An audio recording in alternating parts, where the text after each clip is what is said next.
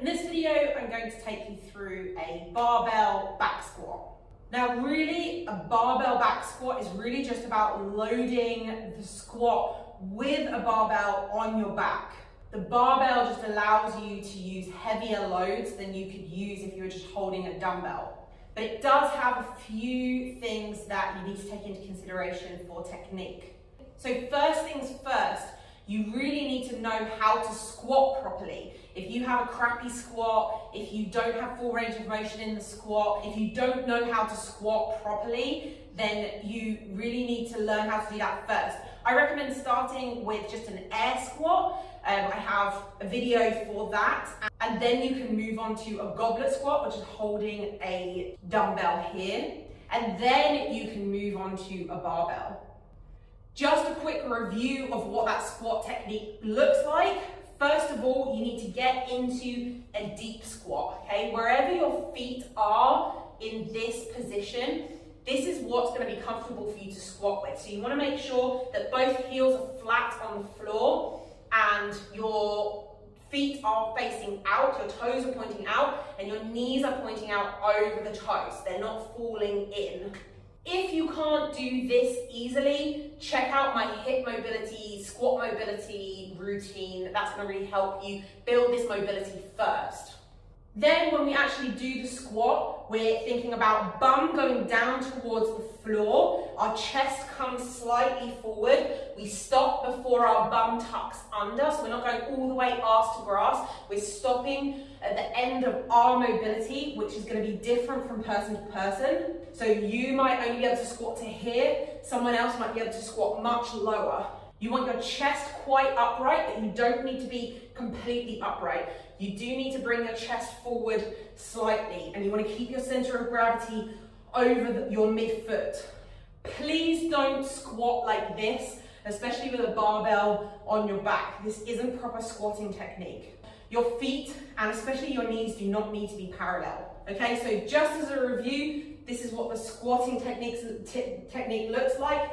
Feet, whatever's comfortable for you in the deep squat, knees out over the toes, bum down as low as you can before the pelvis tucks under, spine straight all the way through the movement, chest slightly forwards. Okay, a little bit about the bar setup. You want to make sure that the bar is low enough that you can get under it and lift it out without getting up on tiptoes. So if I come under the bar, I rack it on my shoulders and stand up here. I can step out directly. I don't have to go up on tiptoes to get it out of the rack.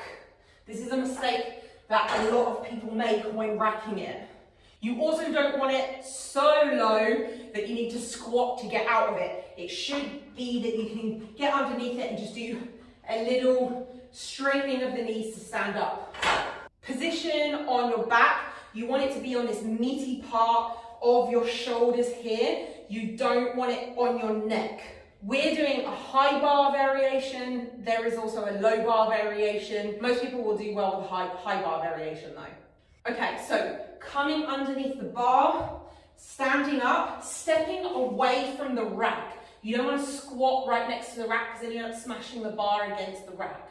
From here, you're doing the exact same movement as before. Whatever was comfortable for you in terms of your foot width apart, that's what you do here. You're squatting down to a comfortable depth, standing back up. Spine stays straight the whole time. You're breathing out on the way up. If I show you from the side, notice that the barbell stays over my midfoot all the time. It's not coming forwards past my toes, and it's obviously not going back. We want the barbell to travel down in a straight line and travel back up in a straight line as well. When re-racking the bar, please don't do this.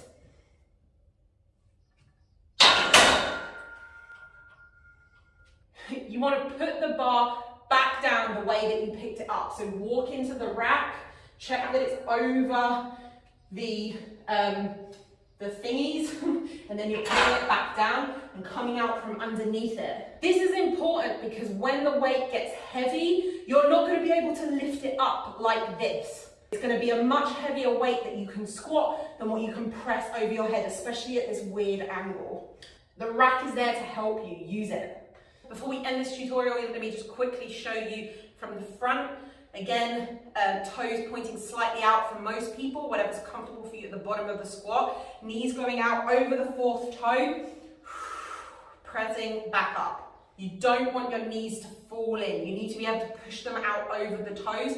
If you can't do that, the weight's too heavy. If you're just starting out with a barbell back squat, stick to breathing out through the movement. If you're more advanced, you can obviously hold your breath, but I'll go through that in a different video.